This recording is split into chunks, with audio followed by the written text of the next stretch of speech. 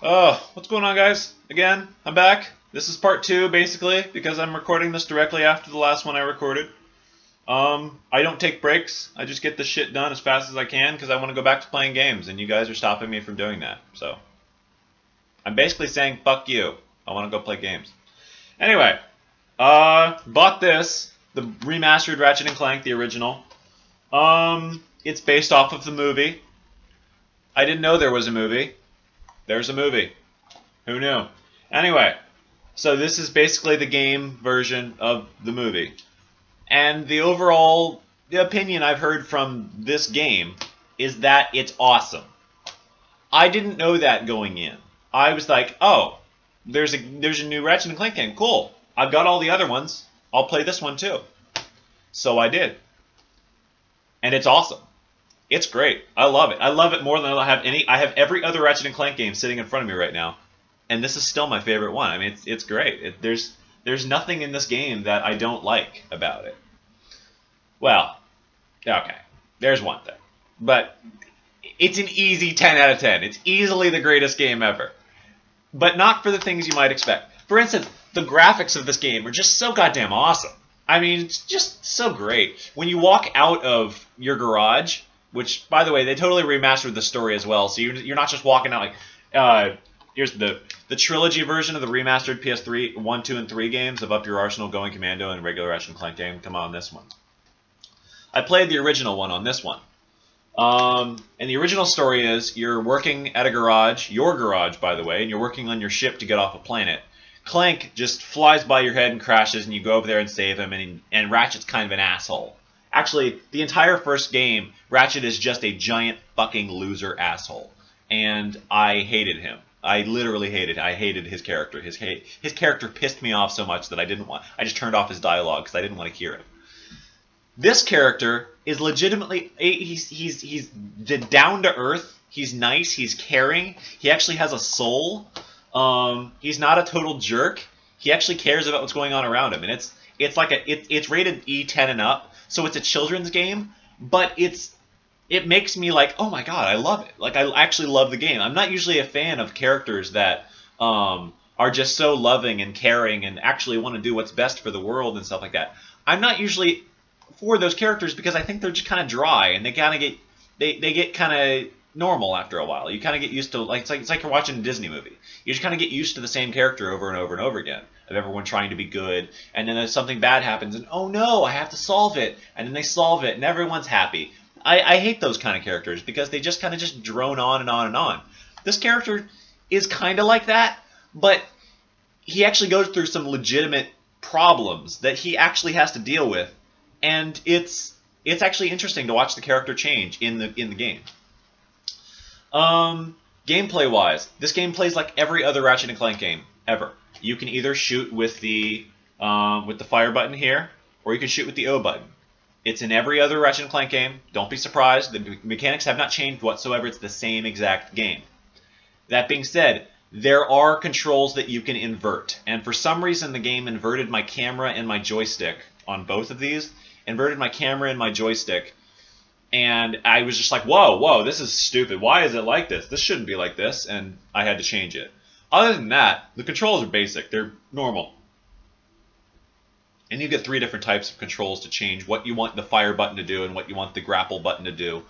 Something I enjoy is that if you have to grapple to something, or you have to activate a machine, or you have to do that, it's all in the same gadget. You don't have to go and activate the hook shot to get across a ledge. You don't have to go activate like the trespasser to activate this. You can just walk up and press triangle and you're in. It's really cool because I really hated having to switch between all the different gadgets. Especially in Going Commando and Up Your Arsenal. Tools of Destruction, I think, had that. Crack in Time was... It looked like they got their act together with Crack in Time. And whatever the new one, Into the Nexus or whatever it's called, it was they had gotten their act together. So I'm pretty sure they're moving towards all the gadgets are within like an autosave of where you are. So if you walk up to an area that needs a gadget, your gadget automatically equips so that when you jump and press the O button, the gadget's already there and already able to use. The only the only derivative of that is that there's like this thing called the Groovatron. The Groovatron is technically a gadget. In Tools of Destruction, it's classified under a gadget.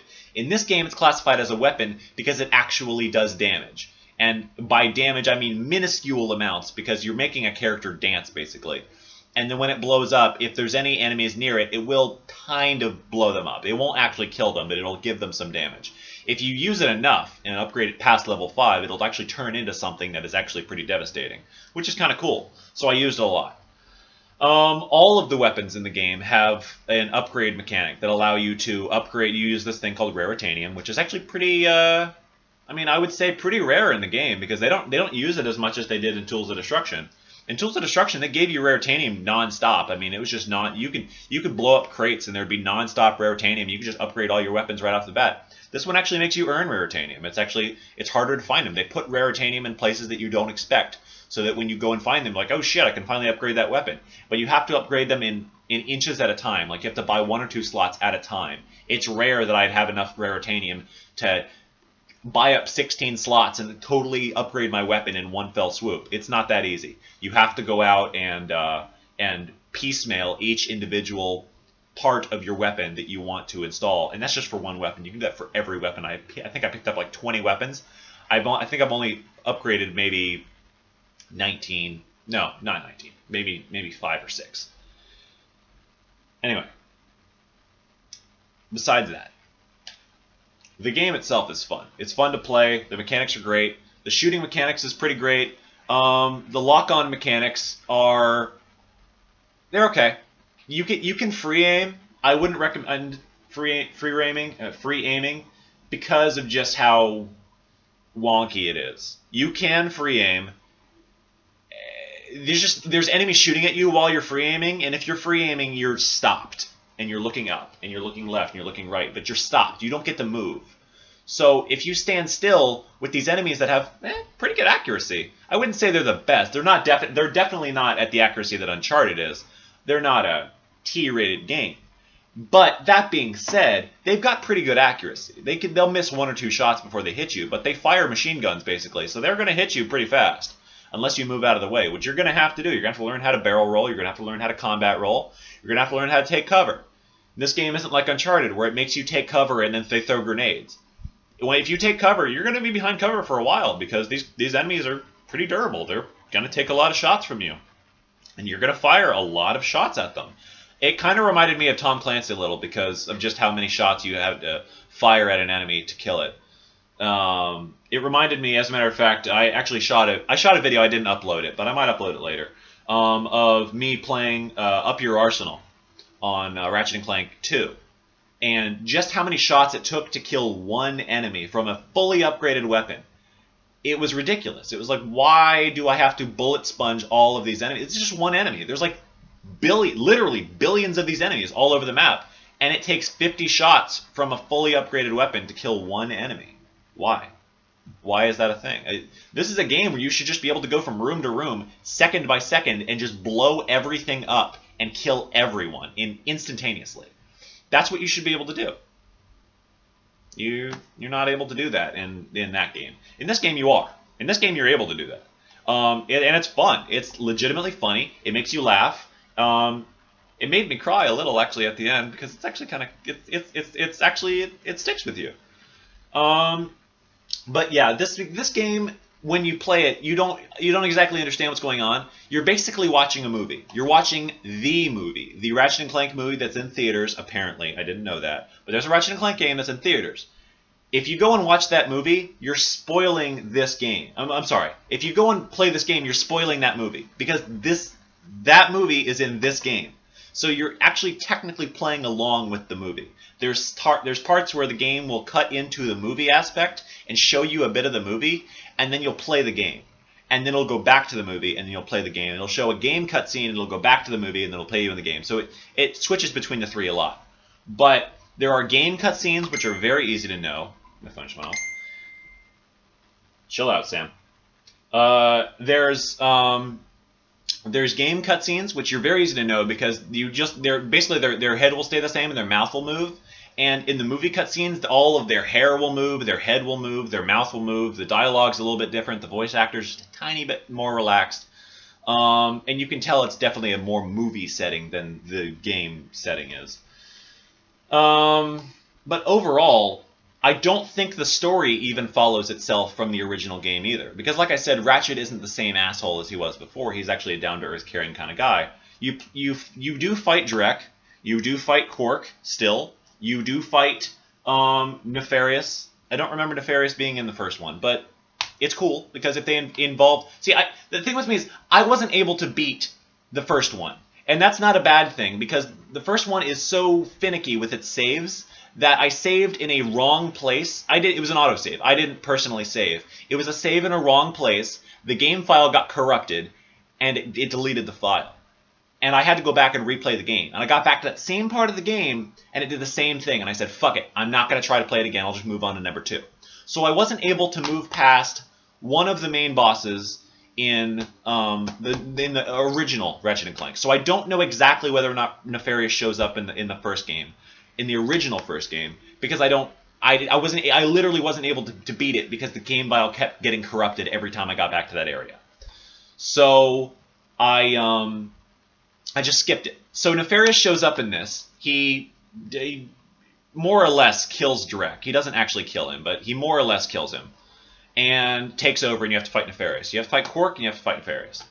I know you have to fight Quark, because I already fought Quark in the original game.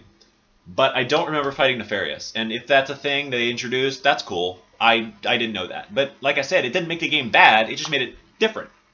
The boss battles weren't very hard. There were mechanics you had to learn in order to fight the boss. But again, they gave you plenty of time to understand the mechanics. It wasn't like I said in the last video I did with Uncharted. They gave you plenty of time to understand the mechanics, and then you fought the boss. It was like, oh, okay, so I can just switch it back and forth. It's still challenging. He's still a fucking hard boss. He can still kill you pretty fucking fast if you're not paying attention. That being said, it's a fun game to play because it's actually challenging, but not so much that it makes you want to fucking blow your head off. So, yeah. The bosses are fun. I don't know who this is. Now, there's a character here. I'll move the game a little bit closer. There's a character here. I guess he's the warbot that is constantly chasing Clank. He only shows up twice, and each time it's the same runaway mechanic that Clank does, where he's just running, and the boss is behind him with weapons, and you just jump out of the way of his weapons. You don't actually face-to-face fight him. You run away from him at the very beginning of the game, because you're escaping from the warbot facility that Clank is from. And then the next time you see him, you basically beat him inside the warship that you're fighting, and he's gone. He's dead. It's just like, oh, okay, cool, I guess. Because when you're Ratchet, you play and you fight and you do stuff, and you're actually fighting the boss, like actually fighting the boss, like shooting at him and punching him and stuff like that. With Clank, you just run away. Clank is more of a puzzle person, I've noticed. He does more puzzle. He does more puzzle activities. You get this thing called power bots, and you get the ability to change them from the power aspect where they can activate and energize things, or they can make a bridge, or they can be a spring and you can jump off them. But you have to like manage them to make them do what you want to in the room, and you only get a certain number of them. And it's kind of interesting because it's still challenging, but it's challenging and like, here's all the directives. All right, now you figure out how to do it. And it doesn't hold your hand. And that's cool because it's not a hold your hand aspect where it's like, oh, well, the game makes me want to kill myself and I don't want to finish the puzzle because I literally just want to go grab a shotgun and blow my brains out.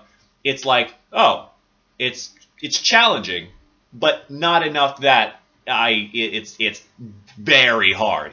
You'll figure it out after 5 or 6 minutes of tinkering with it. Which is cool because it's moderately challenging. It's a kid's game, kind of, but it's fun to play. Overall, the game in and of itself is very good. It's very well made. The graphics are insane amazing.